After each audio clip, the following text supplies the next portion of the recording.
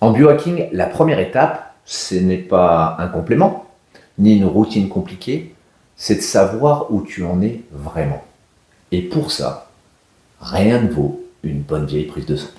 Dans cette vidéo, je vais t'expliquer les marqueurs essentiels à demander, dans quel ordre les prioriser, et surtout, pourquoi ils comptent vraiment pour ta santé.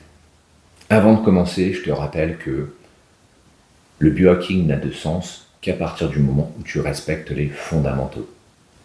Un bon sommeil, une alimentation de qualité, une activité physique quotidienne et la gestion du stress global. La première chose à regarder, c'est ton métabolisme, parce que c'est lui qui conditionne ton énergie au quotidien. Donc, on va tester la glycémie à jeun, c'est ton taux de sucre dans le sang le matin, après une nuit sans manger. L'idéal, c'est qu'il soit entre 80 à 90 mg par décilitre. Au-dessus, eh bien, tout simplement, ton corps commence déjà à résister à l'insuline. Le second, c'est l'hémoglobine glyquée, qui est souvent catégorisée HbA1c. Et elle reflète ta glycémie moyenne sur 3 mois. Les médecins considèrent souvent qu'en dessous de 6%, c'est correct. Mais en biohacking, on vise plus bas. Le but, c'est d'éviter tout simplement l'usure silencieuse de ton organisme. Ensuite, l'insuline à jeun.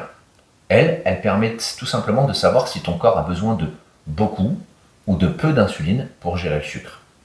Plus elle est basse, et mieux c'est. L'idéal est entre 2 et 6 micro-unités par millilitre. Quand tu dépasses 10, c'est déjà le signe d'une résistance à l'insuline.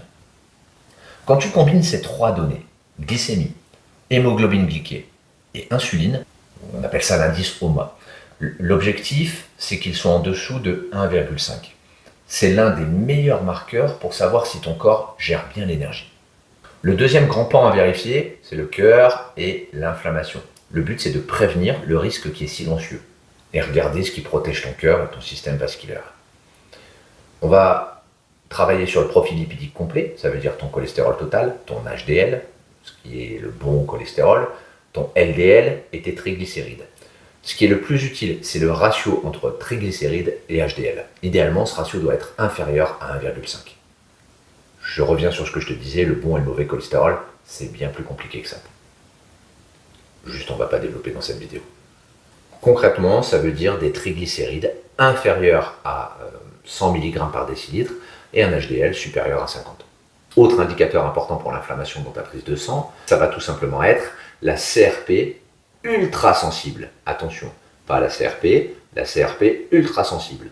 Parce que c'est un marqueur d'inflammation chronique dans ton corps.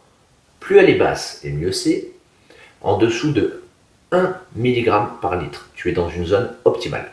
Entre 1 et 3, tu es dans une inflammation légère, mais persistante. Au-dessus de 3, tu es dans une zone qui est clairement en risque. Autre indicateur, les micronutriments, qui sont, in fine, les briques de ton énergie. Là, on regarde tout simplement si tu manques de carburant essentiel. Alors, tu as la vitamine D, qui joue un rôle clé pour ton système immunitaire, ton cerveau, tes os et beaucoup d'autres choses. La médecine classique dit qu'au-dessus de 20 nanogrammes par millilitre, ça va. En biohacking, on vise beaucoup plus haut, entre 40 et 60 nanogrammes par millilitre. Tu as également le magnésium. Le mieux, c'est de mesurer le magnésium dans les globules rouges et pas seulement dans le sang. C'est un nom spécifique, je ne l'ai plus, eutracytaire ou quelque chose comme ça, mais veille bien à ce que la prise de sang mentionne cela. L'idéal, c'est d'être dans la moitié haute de la norme du laboratoire. Le magnésium, il est impliqué dans des centaines de réactions dans ton corps. Une simple carence fatigue ton système nerveux, ton sommeil et ta récupération. Ensuite, tu as la ferritine. Je ne te parle pas du fer, je te parle de la ferritine. C'est le reflet de tes réserves en fer. Et si c'est trop bas, tu es fatigué. En tout cas, il y a des chances que tu le sois. Si c'est trop haut, tu es en surcharge. Attention, le fer, on ne se supplémente pas n'importe comment. Donc la surcharge, en fait, elle favorise l'oxydation. La zone idéale, c'est entre 50 et 100 nanogrammes par millilitre. Tu as également la vitamine B12 et les folates, donc vitamine B9. Elles sont indispensables pour l'énergie et elles sont indispensables pour le cerveau. Pour la B12, tu vas viser au-dessus de 500 picogrammes par millilitre. Pour les folates, tu vas tout simplement être au-dessus de 10 nanogrammes par millilitre. Ensuite, tu peux mesurer les hormones et le stress. Alors, on vérifie l'équilibre interne qui conditionne ton métabolisme et ton énergie. La thyroïde, là on va demander la TSH, la T3 libre et la T4 libre. L'idéal, c'est une TSH entre 1 et 2 milliunités par litre. Mais il faut toujours vérifier la T3 et la T4 libre.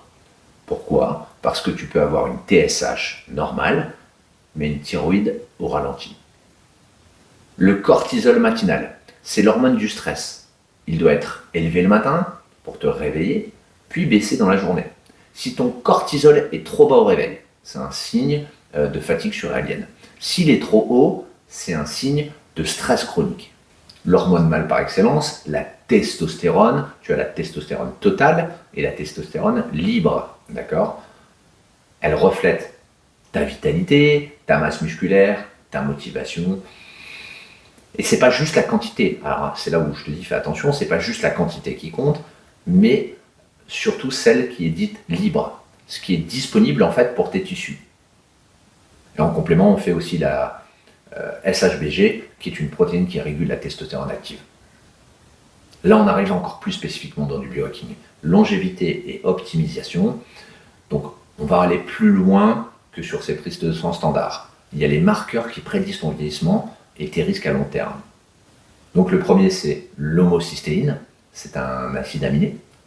Quand il est trop élevé, il abîme tes artères, il accélère drastiquement ton vieillissement. L'idéal, c'est d'être en dessous de 8 micromoles par litre. Son niveau dépend de tes apports en vitamine B9, B12, B6 et en bétaïne, notamment. On mesure également l'index d'oméga 3. Pourquoi ? Parce qu'il mesure la proportion d'oméga 3 dans tes membranes cellulaires. Plus tu en as, mieux ton corps et ton cerveau fonctionnent. L'objectif est d'être au-dessus des 8%. En France, la moyenne tourne plutôt autour de 3 à 4%. Donc il y a du travail. En ce qui concerne la fonction hépatique, on va tout simplement le mesurer avec les enzymes hépatiques, ALAT, AZAT et les GGT. Là, tu vas voir si ton foie supporte bien ce qu'il a à supporter. Ça peut être l'alcool, les médicaments ou les compléments. Pour la fonction rénale, on va mesurer la créatinine et la clairance. Là, tu vérifies tout simplement si tes reins filtrent correctement. Alors, il faut que je te précise que ton médecin traitant ne te demandera pas forcément cette liste complète. Sauf s'il est formé en médecine fonctionnelle, et même dans ce cas, c'est pas toujours évident pour lui, puisque il est bridé. Donc en pratique, tu devras souvent payer certains marqueurs de ta poche. Par exemple, l'homocystéine, moi, je l'ai payé, je crois, 80 €.